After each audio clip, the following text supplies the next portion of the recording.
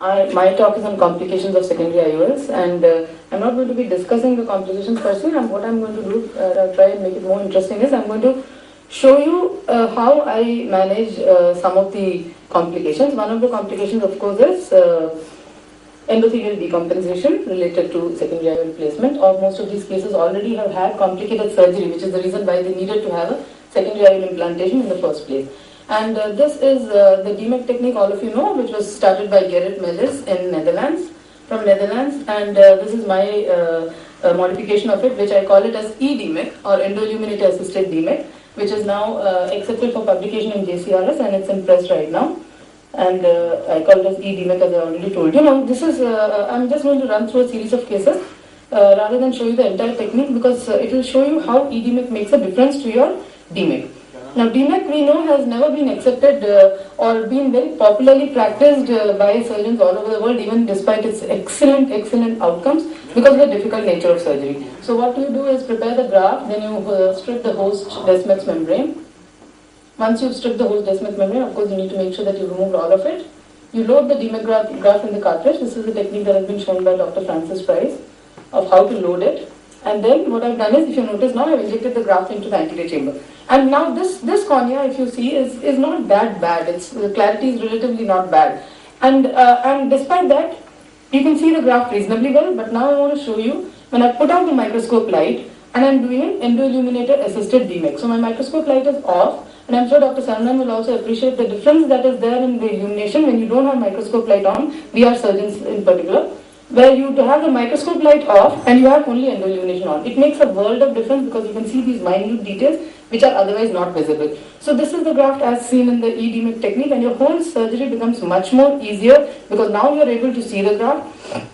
The first case I've shown a relatively clear cornea just to make you understand the steps of the surgery. So I've opened the graft, and you know that in DMEC you always have to have the graft edges rolling upwards, because it's a very thin, flimsy membrane. There's no way otherwise to know which is the endothelium and which is the Descemet's membrane. And if you happen to kind of, implant it flipped upside down, then your whole graft would have been, this procedure would have been waste. So the way to know that your endothelium is down and your Descemet's is facing the stroma is by looking at the way the edges of the graft curl. And the curling should always be superiorly towards the stroma, because Descemet's is an elastic membrane, so it always curls towards the elastic portion, that is the Descemet's. And you can see, normally this would be very difficult to make out, but with the eDMEC technique, you can see the three-dimensionality is so much improved that you can see the edges of the graft very well, and you have no doubts as to which way the graft is oriented. Once that's done, once you make sure your orientation is right, what you do now is, by a series of flicks and strokes and short bursts of saline, you open the graft up, as you can see me doing here. Once you've opened the graft up, you need to center it to align with the area of removed Descemet's, and finally you float it up with air. So this is how the patient is on the first day. I'm going to show you another case now with a hazier cornea. You can see that the cornea is much more hazy, and many times these are the types of cases that you would be doing this surgery in the first place. And you can make out the graft with eDMEC is much more clearer seen than with DMEC.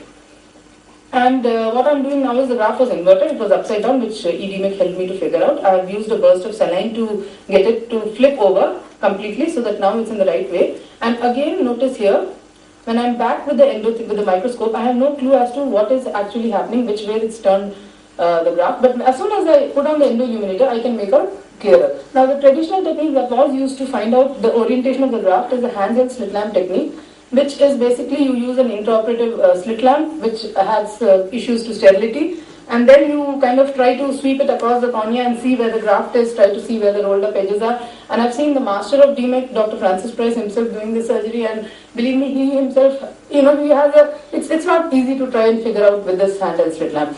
The advantage of eDMEC is you can see the entire graft at the same time. The whole extent of the graft is made out, so your appreciation of graft dynamics and morphology is really much better. This is a patient, the one you just saw, at 10 days post-operative with a dehydrated cornea, 2 months post-op, BCVA is 6.6. You can see the inferior graft margin right here, and these corneas do so well that really, unless you really look carefully for the graft margin, you won't even realize that the patient has had a corneal transplantation. That's again another patient with a hazy endothelium and the eDMEC. Again, look, you can make out the graft morphology very clearly. And again, you do your slight movements to verify which way it is. And when I do the same test with the with the microscope on, you can see that you can see the fold, but you can't make out whether it's upside down, whether it's going towards the iris, or whether it's going to the cornea. It's a matter of trying to use your imagination with the microscope light on, because it's a flimsy membrane and it could just be either way. But the minute you switch on to the endoilluminator with the oblique slant of the light, you can make out very easily, as you can see here, that it is in the right orientation and it is upwards. And unless this crucial step is done, your whole surgery is going to be waste. And finally, the other thing is that it's not just for this orientation. That's the graft margin seen post-operatively. That's again the post-operative clear appearance of the patient. So the advantage is that it gives you better visualization even if the dye has faded off. So sometimes you take longer in doing the surgery and the dye fades off, and then it's no longer that beautiful blue that you see in so many videos. It's just a transparent thing that's floating around in the membrane. In the antechamber, it's very difficult to make out. You get better visualization even with hazy cornea. The entire extent of the graft is seen, as I already said. You get good three-dimensional perception. And I'm sorry. It confirms the correct orientation. It helps throughout your surgery. It's not just for the orientation, but it helps in graft unrolling, positioning, making of those folds in your graft and things like that. It gives you much better understanding of what you're doing. And thereby, it makes your surgery easier and faster because you're no longer guessing things. And thereby, the graft damage is also less since you've done the surgery faster and with less graft manipulation, less graft handling. So your entire graft manipulation is less and your endothelial count is likely to be much better post-operatively. Now the same thing has been translated into PDEC, P-Descemet's endothelial keratoplasty, and what I call it is as E-PDEC. PDEC is a new technique which was popularized by, which is just being started by Dr. Amar. And what he does is, he separates the Duas layer also along with the endothelium. So it's not just Descemet's membrane endothelium, but it's also the Duas layer. And what I'm doing here now is I've expanded it with air to some extent. And now I disconnect the syringe and connect the needle to syringe which contains viscoelastic. And when I expand that, you can see that I get good control, better than I get with air actually.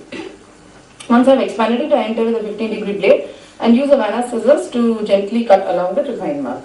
That is my PDEC graft ready for transplantation, and this is one of my cases where I am just showing you.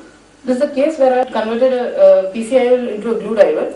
But the reason I'm just showing you this snip and not the entire surgery is because I don't have time to show you the entire surgery. But this clip will show you very beautifully how E-PDEC helps you. Now look, this kind of visibility you'll never get with the microscope light. You can actually see all the details with the way the graft hits the graft, with the way the light hits the graft at an oblique angle. You're very sure about what you're doing in the anterior chamber. So that's another patient, pseudophakic bullous keratopathy. This is another technique that I use and which I'm about to submit for publication soon, which is pressurized air infusion or air pump for DMEC and PDEC, where I've used the air pump. Now again, when you've loaded the graft into the injector, it's nice to have the graft already facing upwards when you're injecting it into the anterior chamber. So then you don't have to try to flip it over. And this is again, that's the endoilluminator light, and you can make out, I'm just trying to see which way the graft is facing and accordingly injecting it into the anterior chamber. And now see, it's hazy cornea, so you can hardly make out what is in there. But the minute you put on the endoilluminator, you get a good clear view of what you're doing, and thereby surgery per se becomes easy. DMEC, PDEC, whatever it is not the easiest of surgeries to perform despite endoilluminator, because as such the learning curve is a little longer than normal, and this membrane tends to just float around without any great control over it. But once you master the steps and you understood which flicks to use and which strokes to use, it becomes easier. The reason I'm showing you this is, if you notice, I injected the air bubble a little decentered. I didn't go right under the graft and inject the air bubble, which led the graft to go to one side, and it's not a completely centered graft. Now, if the same thing had happened in a DMEC, I would have had to take the Sinskey hook, reverse Sinskey hook, and pull it to the center. At times, DMEC graft being so flimsy tends to tear. You know how the Descemet's membrane behaves. It's a really flimsy membrane. The DMEC graft tends to tear, whereas with the PDEC graft, it's thicker because of the 10 to 15 microns of extra tissue that you have. And so it's much easier to center it, and you put an air bubble. And IOP and light perception are always checked at the end of surgery. And that's basically our technique of managing bullous keratopathy at present. Early bullous keratopathy, you can also do it in some established cases. Unless you have scarring in the visual axis, you wouldn't do it, but scarring below the visual axis can still be taken up for PDEC and DMEC. Now, this is one of the other second complication that I wanted to deal with was pseudophakic bullous pseudophakic secondary IOL implantation with secondary glaucoma. I'm not going to talk about how to handle the IOL here because that's a totally different class in itself, but I'm going to show you a new technique for glaucoma surgery, which I started about maybe 10, 11 months back now, and I've termed it as stab incision glaucoma surgery, or SIGS, which is somewhat similar to MIGS mix in terminology. It's easy to remember, that's why I gave it the name SIGS. Also, it does correspond to the steps of surgery. So this is a patient who's got a scar, a previous trab is seen there, and obviously it's scarred all around. You can see that the conjunctiva is completely immobile because that's the area of conjunctiva that had been dissected. It's just glued down, and obviously there's no filtration there because of the conjunctival scarring. So what I'm doing is I selected an area with mobile conjunctiva by just moving it and checking. I fill the anterior chamber with viscoelastic, and now what I do is I slide the conjunctiva forward. I take a 2.8 millimeter bevel-up keratome. This is the standard phacokeratome that you use. And I take an area which avoids major blood vessels, which is okay. You don't have to avoid every single blood vessel, just avoid the major ones. And you go about 2.5 millimeters behind the limbus and you enter directly transconjunctival into the lamella sclera. Now, in the lamella sclera, you should be at a plane where your blade is just seen through the sclera. If you maintain that plane, you will find yourself going on across the limbus into the cornea easily. And even though I call it stab incision glaucoma surgery, please, it's not a very gory stab that you just take your keratome and kind of just stab it through. It's basically a controlled dissection where, like in phaco, you go sideways, make sideways movements and make sure that you're maintaining your plane of dissection. You go 1 millimeter into clear cornea, and then you, just as you go enter the anterior chamber for a phaco, you enter the same way into the anterior chamber. You just dip down slightly and enter into the anterior chamber in a horizontal manner. Don't exert too much pressure above or below and come out. So all of us being phaco surgeons, we all know how to do this. This is really very simple. It really doesn't need much explanation at all. Now what you do is you take a standard glaucoma punch, Kelly's-Desmond's punch, and you go through the conjunctiva, under the conjunctiva, through the scleral tunnel that you have created, and you go in and engage that inner lip. Engage the inner lip and take a punch with your Kelly's-Desmond's punch. You just have to hold the Kelly's horizontal. Normally we are all, as glaucoma surgeons, we are used to holding it vertical and cutting. Here instead you slide it across horizontally, tangential to the globe. And you can see that's the first punch that I've got. And generally you need to take 2 or more, 2 minimum would be 2, and you might need to sometimes take more punches. That's 2 punches which I've taken. And now what I do is I have already had a paracentesis. I'm going to check the adequacy of leak from the paracentesis. When I instill BSS from here, I should have a free flow of fluid from here. If I don't have that, what I do is inject some viscoelastic again, take an additional punch with the Kelly's punch again. So your end point has to be a free flow of irrigation from the ostium. Now it's very easy to do an viscoelastic removal because all you need to do is go in through that same tunnel. Now you check your leakage on BSS and you'll see the free flow of fluid which comes out. Initially there might be a little difficulty because of viscoelastic which might still be remaining there slightly if you have not washed it out fully. But then once you see the free flow, you know that your surgery is going to be fine. And you know that because I've kind of pushed the conjunctiva away before entering the sclera. It's like when you do vitrectomy, you push the conjunctiva away and then enter for pars plana vitrectomy so that your conjunctival and sclerotomies don't overlap each other. In the same way, because I pushed the conjunctiva away before entering the sclera, my conjunctival and scleral entries don't overlap. They're actually away from each other. Conjunctival entry is more posterior. And finally, I suture the conjunctiva with a figure of 8. Or you can just maybe even seal it with glue, making sure that the glue does not seep into the space. It just has to be on the edges of the lips of the cut without actually entering the subconjunctival space. And now what you do is you instill BSS from here, from the paracentesis, and you can just balloon up your bleb. You can see the bleb ballooning beautifully, and that sign of beautiful bleb elevation. The elevation is of course a sign that your surgery is likely to succeed. This is the internal lip punch that can be seen. And you can see the bleb elevated there. This is subconjunctival filtration. That's the anterior segment, this is real-time ASOCT. That's the ASOCT as it's taken horizontally across the punch, and you can see that's the punch that we have created. This is again, as you go more upwards, subconjunctival filtration spaces are seen. As you go horizontally here, and I'll also show you a longitudinal scan soon. That's the longitudinal scan, and you can see this is the subscleral pathway through which it's filtering. So again, on the case, this is not related to secondary IOL, but I'm just going to try to make it, explain it once more. What I've done is slid it in. You can do it for any case. You can do it for, you can combine it with phaco if you do the same thing and take your side port here and your main port here so that it doesn't intersect with the 6th tunnel. The only thing that I've tried it once, I've tried to do the phaco also through the 6th tunnel, but I found that it just becomes too large and it kind of loses its integrity completely. So I don't do that anymore. I just take separate incisions for phaco and 6. Maybe if someone has a thinner phaco probe or something, maybe it's possible, microphaconet or whatever. So you enter the anterior chamber directly. As you enter, do not exert downward pressure, because when you enter, if you exert too much downward pressure, the inner lip can just make a trapdoor hinge. It can just hinge off, and if that happens, you may not have anything to cut, punch it with. So make sure you don't exert. You just go straight in, and straight out. Do not exert upward or downward pressure, and that's easy because all of us are used to doing phaco, so it's really not a difficult step. So the cornel portion has an inner and outer lip, as you can see there.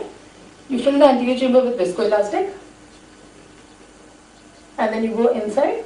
You can see there's this little bit of bleeding, but not really too much bleeding. It mostly stems on its own. You engage that inner lip and cut, and that's the tissue that you've got. And then again take a second punch. You punch up to the limbus that you see here. You punch up to about here till here, so that you get a compromise of the tunnel. So basically what you have done is you have compromised your tunnel. You had a good self-sealing tunnel, but then you have compromised it. And inject BSS, check for your free flow. If that's there, you're sure that your guarded filtration surgery is going to succeed. And the endpoint, as I said, is this. You suture the incision, remove viscoelastic through the same entry. Suture and make sure that you've elevated the bleb. And you can see that the bleb elevation comes really well. Now, what are the advantages you gain by this surgery? Number one, you have completely eliminated subconjunctival dissection. One of the main causes for, this is the first post-operative day, and you can see the punch there. Again, that's the ostium which has been created through which filtration occurs. This is ASOCT which shows the subscleral pathway, that's the flap. And the reason, if you notice, I don't make a PI. I've not made a periphylloidectomy at all. Because of that, I get very less inflammation within the anterior chamber in the first post-operative way. Normally, all of us are used to seeing some iris pigment dispersion and things like that when we see a glaucoma patient on POD1. Here, I don't get any pigment dispersion. The reason being, my iris root is so far away from the ostium. It's really very unlikely to plug it. I do a PI only in some cases where it's a case of chronic angular closure glaucoma, PAS, peripheral antisynicus, shallow anterior chambers, or if while I'm doing the BSS irrigation from the side port, I see the iris tend to start peeking towards the ostium. In which case, it's really very simple. You just have to take a non-tooth forceps, grab it, ask your assistant to just hold the conjunctiva up, pull the iris out and cut with a curved vanas. It can be done very easily. So, as I said, the advantages, it's just a single small your entire glaucoma surgery has been done through one 2.8 millimeter incision surgery on a conjunctiva, on the part of the conjunctiva which is well away from the scleral cut. And there's no subconjunctival dissection at all. There's absolute elimination of subconjunctival dissection, so there's likely to be no scarring at all. There's less risk of scarring and failure. The amount of virgin conjunctiva is maximized immensely. Normally in a trap, you can do one, maximum 2 or 3. Your whole superior 180 degrees is over by then. But here you can do a greater number of repeat procedures. You have enough and more place for doing an IML valve if that's required. Your scleral tunnel is biplanar. It gives you a controlled lead. And if you speak to the glaucomatologist, all of them keep talking about the posteriorly directed flow and how important it is. So this tunnel also gives you posteriorly directed flow. In fact, what the glaucomatologists do now is they don't cut the flap all the way to the cornea. They kind of leave it, cut. There's a small bit which is attached on either side, and that they do so that they get the posteriorly directed flow. And this tunnel, of course, gives you only a posterior directed flow, which is very good in my hands. I've done about 40 cases now, and I've got very good results. I'll show you the results also. PI is not routine, as I said. Post-operative inflammation is less.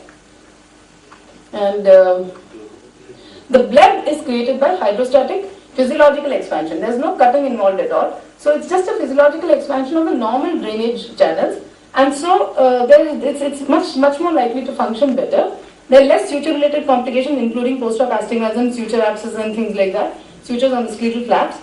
It's easier to tackle expulsive hemorrhage because all you have to do, if in case you do get it, is you just remove your instruments and your tunnel is sealed. Or you just put some pressure on the tunnel. Luckily I have not had to do that as yet, but I assume that it will be much easier. So this is the 1 month post-operative ASOST of a patient. And you can see again the subscleral tunnel. And those subconjunctival filtration channels, which can be seen very well. That's the channel. And now I'm massaging. If you can see, I'm massaging here. And as I massage, you can see that the subconjunctival filtration is actually increasing, which proves very well that the bleb is a good functioning bleb. This is a 9 months post-operative appearance of another patient, and here again you can see the gap there, and this is diffuse oblique illumination. And that's the subscleral tunnel. And that's again, we get about a 0.8 to 0.8 to 1 millimeter ostium. This is basically I've just shown you the results of the paper that we have submitted. And in that paper we've shown about 27 eyes, and the number has gone up more now, and we've had very successful results. Thank you very much.